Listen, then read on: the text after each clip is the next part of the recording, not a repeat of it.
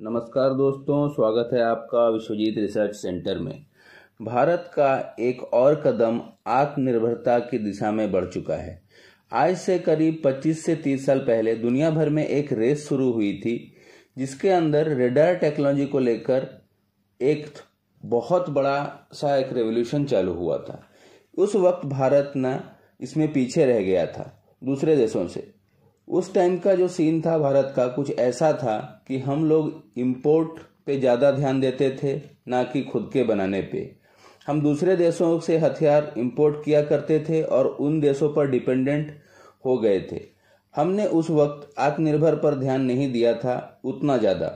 उस वक्त या तो हम दूसरे देशों पर डिपेंडेंट रहना पड़ता था या फिर काफ़ी ज़्यादा पैसे देकर उन देशों से हमें वो टेक्नोलॉजी लेनी पड़ती थी। उस पर भी हमें पूरी टेक्नोलॉजी मिलती नहीं थी और उसके राइट्स भी नहीं मिलते थे। पर आज हमने वापस से अपना पैर उठाया है और फिर से हमें एक मौका आया है जिसमें हम भारत ने अपनी पहली गलतियों से सीखते हुए और अपनी चीज़ों में गलतियों से अपने आप में सीख लेते हुए उसने ये रिपीट नहीं किया है और भारत आज जो उसे मौका मिला है उसे सही रूप से इस्तेमाल भी कर रहा है और उसका फ़ायदा भी उठा रहा है। एक्चुअली हैदराबाद की एक कंपनी है जो एडवांस रडार भारत के लिए बनाती है और उन्हीं की जो टेक्नोलॉजी है उस हैदराबाद की कंपनी की, वो आप मानिए सच में वो state of the art technology use करते हैं।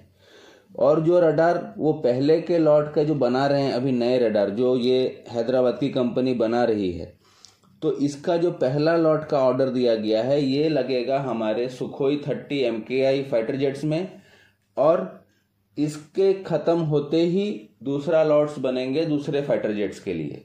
और एक खुशी की बात ये है कि इस न्यू जनरेशन एडवांस रडार की रेस में भारत दूसरे देशों से एक कदम आगे ही चल रहा है। स्टार्ट में जो मैंने बोला था 25 साल पहले जो टेक्नोलॉजी की रेस शुरू हुई थी उसमें हम जो रडार यूज़ करते थे उस वक्त उसका नाम था, जो आज तक यूज़ हो भी रहा है इनफैक्ट आज की डेट तक, उसे हम कहते थे active electronic scanned array radar. बहुत लोग आप लोग इसका नाम AESA रडार से भी जानते हैं जो इसका शॉर्ट फॉर्म है। ये रडार फाइटर जेट्स के लिए बनाए जाते हैं और सर्विलेंस और अवाक्स प्लेन्स पर भी इसे लगाया जाता है। ये रडार फाइटर जेट्स की नोज पर लगाया जाता है, जो आगे का नुकीला जो सिरा रहता है वहां पे लगाया जाता है उसके अंदर। और ये आप मान के चलिए एक गेम चेंजर टेक्नोलॉजी है रडार की। और जब ये फाइटर जेट या प्लेन्स की नोज में जब लगा दिया जाता है तब आप पकड़ के चलिए ये छोटे से छोटे चीज़ों को भी डिटेक्ट कर सकता है मल्टीपल संख्या में। वो एक अच्छे खासे लॉन्ग डिस्टेंस से भी मीन्स कम से कम 150 किलोमीटर दूर से भी ये डिटेक्ट 150 से 200 किलोमीटर दूर से भी ये डिटेक्ट कर सकता है। AESA रडार जो है इसमें जो सेमीकंडक्टर लगाया जाता था, जो इसमें सेमीकंडक्टर लगते हैं, ये जो आपको स्क्वायर वाला दिख रहा है ग्रे बोर्ड, ये ही सेमीकंडक्टर है जो पॉइंट्स रहते हैं इसके अंदर। वो उसको बनाने के लिए जो यूज़ किया जाता था मटेरियल उसका नाम था गैलियम आर्सेनाइड। ये इसको शॉर्ट फॉर्म में GAA भी कहा जाता है। ये जब रडार में इसके द्वारा जो बनाया जाता था सेमीकंडक्टर्स और रडार्स पे लगाए जाते थे ये छोटे छोटे मॉड्यूल्स में, तो ये रडार की ताकत को कई गुना ज़्यादा बढ़ा देता था। इसका तो एक डेफिनेशन भी दिया गया था AESA रडार का कि फर्स्ट लुक, फर्स्ट शॉट और फर्स्ट किल, इतना ज़्यादा एडवांस था ये। मीन्स आपका दुश्मन को पता चलने से पहले आप उसे डिटेक्ट कर लोगे, शूट कर दोगे और वो ख़त्म हो जाएगा। इस टेक्नोलॉजी का भारत ने पहले बीते हुए कुछ सालों में कोई फ़ायदा ज़्यादा नहीं उठा पाया था। हम देश में सोचिए, हमारे देश में चांद तक चले जा रहे हैं, एयरक्राफ्ट कैरियर बना ले रहे हैं खुद का, डिस्ट्रॉयर्स खुद का बन रहे हैं, हम क्रूज मिसाइल्स खुद का बना रहे हैं, बैलिस्टिक मिसाइल्स बना रहे हैं। थैंक्स बैलिस्टिक मिसाइल्स के लिए तो अब्दुल कलाम सर को, जो हमारे एक लेजेंड थे, उनका रेवोल्यूशन है ये जिसमें हमको एक से एक मिसाइल से मिली। और क्रूज मिसाइल में ब्रह्मोस के लिए रशिया को थैंक्स दिल से, क्योंकि उनके ही जॉइंट एफर्ट से हम आगे बढ़ पाए थे उसमें। पर हमने कभी ना रडार के ऊपर हमने कभी ध्यान नहीं दिया, जिससे हम थोड़ा दुनिया से पीछे रह गए। जैसे कि मैं आपको बता दूं, AESA रडार पे ध्यान हमने बहुत ही कम दिया था। जो फाइटर जेट्स के लिए रडार जब होते हैं जो चाहिए रहते हैं वो बहुत इंपॉर्टेंट होते हैं और जिसके लिए हमें दूसरे देशों पर डिपेंड रहना पड़ता था। हमारे पास उत्तम रेडार, उत्तम एईसा रेडार जो डीआरडीओ ने बनाया, उसके पहले हमको दूसरे देशों पर डिपेंड रहना पड़ता था। अभी भी जो तेजस MK1 और MK1 का पहला बैच जो गया है, इसमें इजराइल का ही AESA रेडार लगा हुआ है, जिसमें जो बेस्ड है गैन के ऊपर, मीन्स गैलियम आर्साइड का जो टेक्नोलॉजी सेमीकंडक्टर का है उसके ऊपर बेस्ड है। बहुत, और ये सस्ता नहीं आता है, ये एक्चुअली ये रेडार्स बहुत महंगे भी आते हैं और इसी कारण से हमको काफ़ी ज़्यादा पैसा भी बाहर खर्चा करना पड़ता है। और इसमें सबसे बड़ी समस्या क्या है, अगर ये आपका एडवांस नहीं है, तो अगर ये दूसरे देशों से लिए हैं तो आपको अपने एयरक्राफ्ट्स को अपग्रेड करने या मॉडर्नाइज करने में भी बहुत तकलीफ होती है और पैसे भी ज़्यादा लगते हैं, क्योंकि हमको फिर उस देश से जिससे हमने रडार लिया है उसका भी सपोर्ट चाहिए रहता है। पर भारत ने चीज़ों को समझा, ये अच्छी बात है और इस पर काम करना चालू किया है और बहुत ज़ोरों शोरों से काम चालू है। आप सोचो, राफेल जेट जो आ रहा है उसमें भी AESA रेडार ही लगा हुआ है जो ज्ञान के ऊपर बेस्ड है। पर हमारे पास जो फाइटर जेट्स हैं उनमें जो भी रडार्स है पहले के, वो आपको बता दूं, वो आपका इजराइल के थे या अभी भी बहुत सारों में लगा हुआ है। ठीक है, इसमें हमने अभी सक्सेस हासिल की है और इसमें आपको बताता चलूं कि हम लोगों ने सुखोई 30 में जो रडार्स को चेंज किया, अभी से पहले वाले में, अभी वाले में तो करने वाले हैं वापस, इससे पहले जो हमने रडार चेंज किया उसका टेक्नोलॉजी हमने बार्स का रखा था, बार्स टेक्नोलॉजी पे उसको किया गया था। ये टेक्नोलॉजी भी काफ़ी अच्छी थी और ये हमारे पहले वाले एईसा से थोड़ी एडवांस थी और अभी का जो नया बन रहा है इससे थोड़ी कम, मतलब बीच की ये अच्छी खासी टेक्नोलॉजी थी। समझिए 100% हम दूर थे कहीं पे तो 80% पे आके हम खड़ा हो गए थे।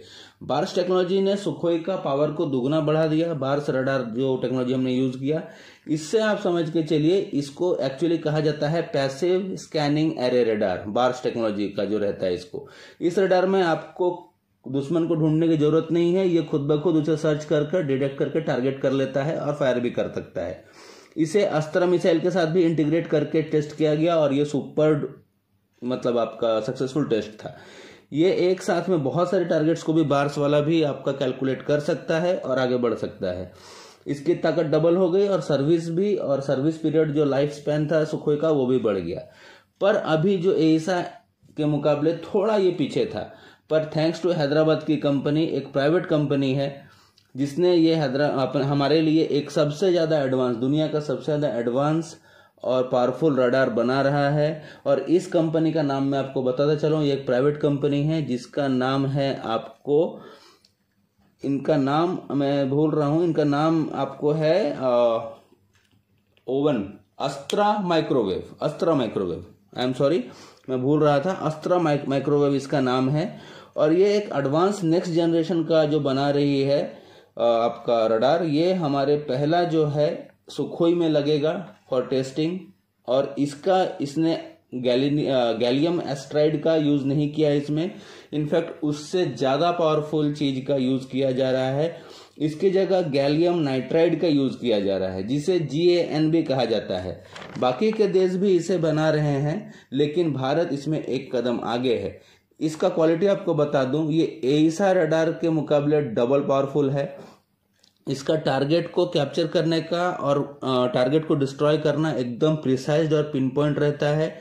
ये रडार बहुत ही इंपॉर्टेंट है क्योंकि ये एक साथ मल्टीपल नहीं, आपको समझो एक साथ में अराउंड 20-35 टारगेट्स को एक बार में डिटेक्ट करके हमला कर सकता है एक ही बार में। ये रडार जो है ये बहुत इंपॉर्टेंट होते हैं, आपको बताता चलूं। और भारत इस सेक्टर में अभी आत्मनिर्भर बन रहा है, इसके पहले नहीं था। अभी तक हम इंपोर्ट ही करते थे।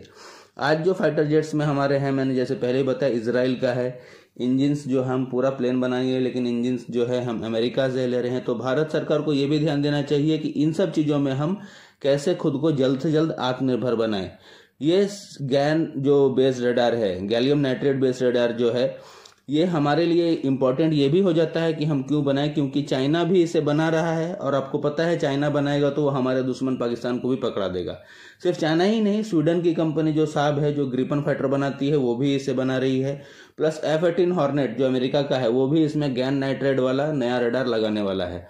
भारत को इन कदमों के उठाना ही पड़ेगा कि और उठाना ही लिया है, आप समझिए उठा ही लिया है भारत ने ये कदम। डीआरडीओ और हैदराबाद की कंपनी अस्त्रा माइक्रोवेव जो मैंने बताया आपको, इन्होंने 26 फरवरी 2022 को एक कॉन्ट्रैक्ट साइन किया था जिसके अंदर ये रडार्स अस्त्रा माइक्रोवेव ही बनाएगी विथ एडवांस टेक्नोलॉजी जो कि गैलियम नाइट्रेट बेस्ड होगा। और इस कंपनी ने अनाउंस भी किया है कि हम, आप जब बोलिए इन्वेस्टर्स का पैसा आ चुका है, हम प्रोडक्शन चालू कर सकते हैं। ये बनाने से फायदा अभी तक तो ये है कि आप समझिए सुखोई में ये लगेगा भी, इसके बाद आपका तेजस MK1 की जो नया बैच आएगा उसमें लगेगा, इनफैक्ट राफेल का जब अपग्रेड करेंगे हम उसमें लगा सकते हैं, प्लस ये जगुआर में लगेगा, MiG-29 में और MiG-29K, AMCA, TEDBF, इन सब में इनके अनुसार बना के इनके साइज इनके हिसाब से स्पेशलाइज करके इसको हम लगा देंगे। जब हम फाइटर जेट्स का में लगा देंगे, ये समझिए, इसके साथ अगर हमारे साथ इंटीग्रेट ब्रह्मोस हो जाए मिसाइल, और अलग अलग भारत की मिसाइलें, अस्त्रा मिसाइल हो गई, नाग हो गया, ये सब काफी सारे मिसाइल से हैं ब्रह्मोस में ही समझिए आप, अगर ये गैलियम नाइट्राइड का रडार लग जाता है तो दुश्मन छुपे कहाँ, छुपने की जगह नहीं मिलेगी।